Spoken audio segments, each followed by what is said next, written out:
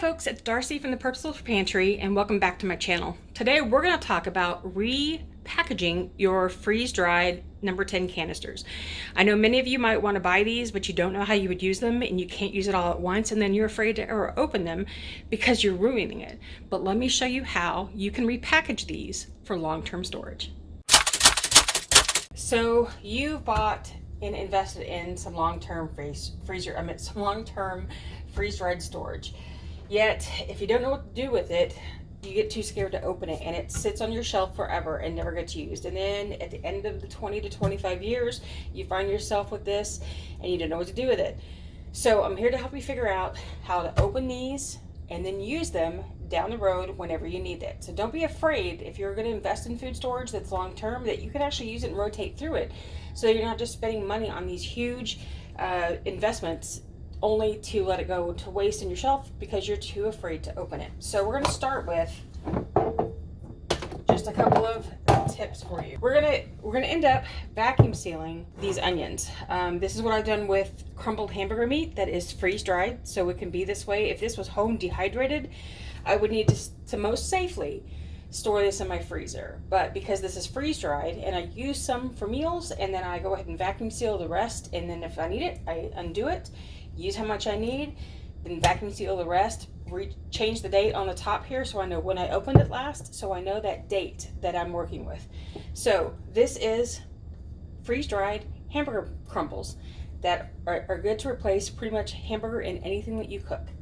So we're going to start with onions. Now many of you may balk at this, but in my family we do not eat minced onions. I have two people who have texture issues where they don't like this in their food at all, except this is the easiest way to make your own onion powder that doesn't require you dehydrating a bunch of onions. And as much as I love dehydrating onions, I occasionally like to just be able to make onion powder as I need it, and I'll use freeze-dried onions. So what we have here is a can of freeze-dried onions that should last to about 25 years. I have to double check my numbers on that and I will put it right here. But Augason Farms I think gives a 25-year shelf life for these. So I'll open these. And then I'm going to have this lid, and when you put the lid back on, while it does make an airtight seal, what you're left with is the air that has now gotten into your can takes up all the space. And it allows moisture plus oxygen to get into your food storage, which is the two biggest things next to light that ruin food storage. So what we want to do is to make this last as long as possible without compromising the food quality. Now, I have a friend, Lisa Sutton from Sutton's Days, who will just leave her onions like this and come in here every couple of days when she's cooking, take out a handful and throw it into her cooking. Well, that's great. She wouldn't have to vacuum seal this or repackage it because she uses it constantly, and so she's going to rotate through it before she has to worry. But for people like me who might not use this but once every few months as I make new powder, that won't work because it has time to sit and gather all that moisture and the oxygen working in there. So I want to make sure I protect it as good as I can. So let me get this open and then we'll jump to how we can save it.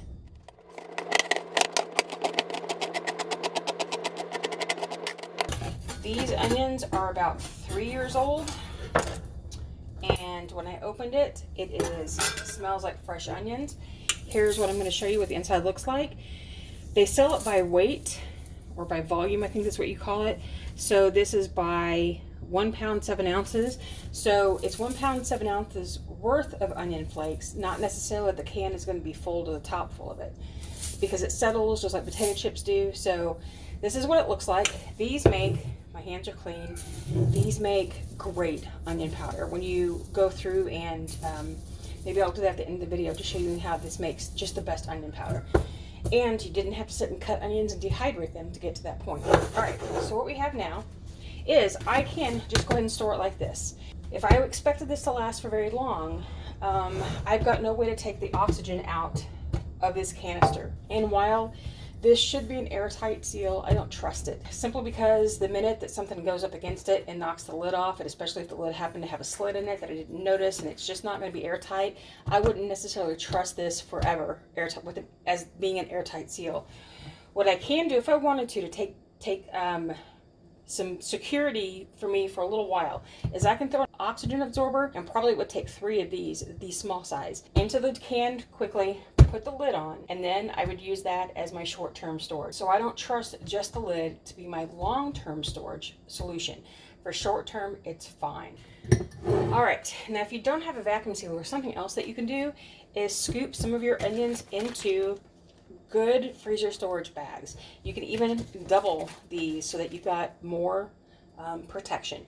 These are not airtight. Over time, between the zipper and the plastic, air can permeate into these. So what I would do is fill a couple of these up, double bag them, put some of your onions in, and then encase them in an airtight container that maybe you can put the oxygen absorber in here, and that would help.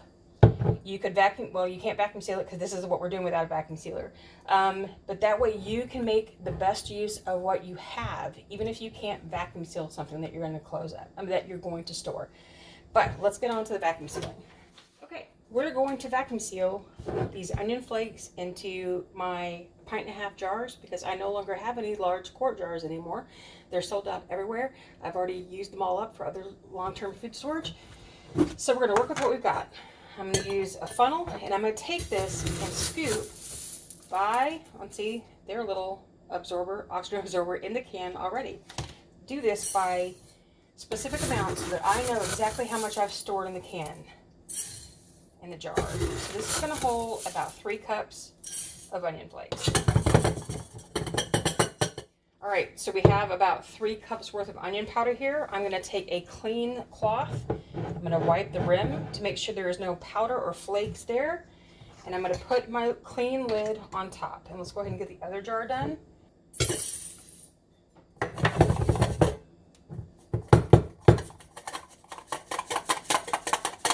I did those with a little heavier scoop, so we're going to put that back in. So I have my lid. I'm going to take my clean cloth, wipe the rim. I'm going to do this. I'm going to cover these back up immediately till the next step. All right, you can use a handheld device like this. I love this thing. I use it all the time, especially when I'm doing smaller jobs. But today I'm going to go ahead and use my bigger machine just because I've got some other dry storage to put away. But these are great. I will link above here where I compare this food saver to the old white food saver handheld vacuum sealer, but you can watch how I use both of them to vacuum seal lids and to vacuum seal bags so that you know how it works. But today we're going to use our big machine. So I'm going to pull out my cord. This is the food saver jar attachment that you have to be able to vacuum seal your jars. I'm going to put it right over the top. I'm going to turn my machine on. I'm going to turn it to plug it in. Turn to the accessory mode and let it go.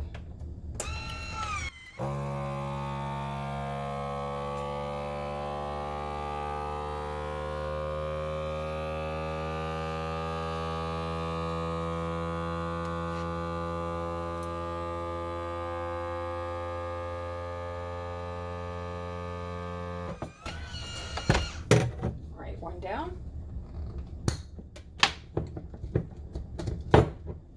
All right, so as you can see right here, I'm doing my jar lid to know what's in here. And I'm gonna go ahead and put today's date, which is 8/20, because that's all I need to have. This will help me track when I vacuum sealed this last to know how long this will last.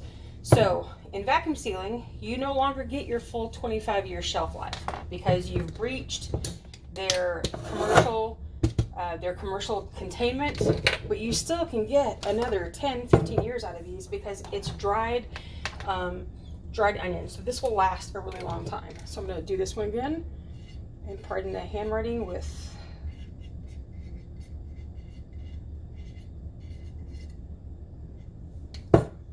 so the next time that I have to break into a jar, I can do that easily and then just use some alcohol this off, and I can change the date. So there we go. There are 6. Oh, I forgot to write how many are in here. I need to know that because it helps me track what I have. Now, if I decided that I wanted to open one of these and only use a cup, I can go ahead and do it. Open it, remove the lid carefully so I don't bend it at all, take out what I need, vacuum seal it again, and it's fine. I can reuse this lid as long as I haven't bent it. You can use them 3 or 4 times.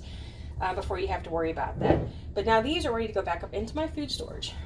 But something really quick as a tip, when you pull out these oxygen absorbers from your cans, these are not reusable. You have to throw them away. Once you've exposed oxygen absorbers to air, they are no good. They are one time and done. So there you go.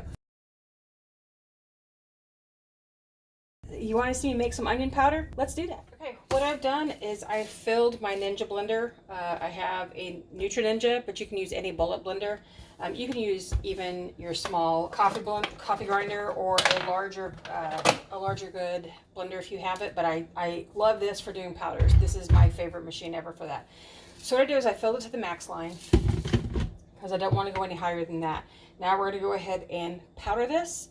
I will lower the volume so you don't have to listen to it.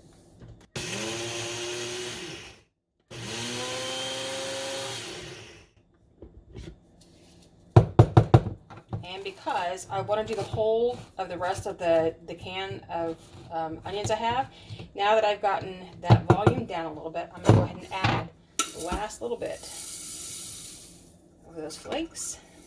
This out of the way. Here we go.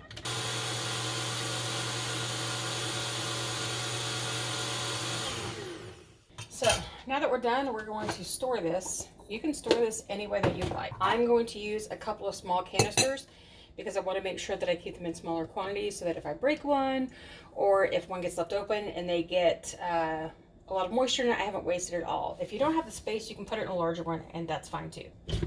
So here is, if you can see this, there is our onion powder. There's a couple of flakes still left in it, and I will strain those out because I know my husband will hate that. Or I can go ahead and just grind this again real quick. But this is what onion powder looks like when you make it from scratch. And this is so much better than the store-bought because the flavor is intense, the smell is intense, and this will last you a really, really long time. Thanks for watching. I'll put a couple of videos up here for you to watch next, and I hope you have a great day.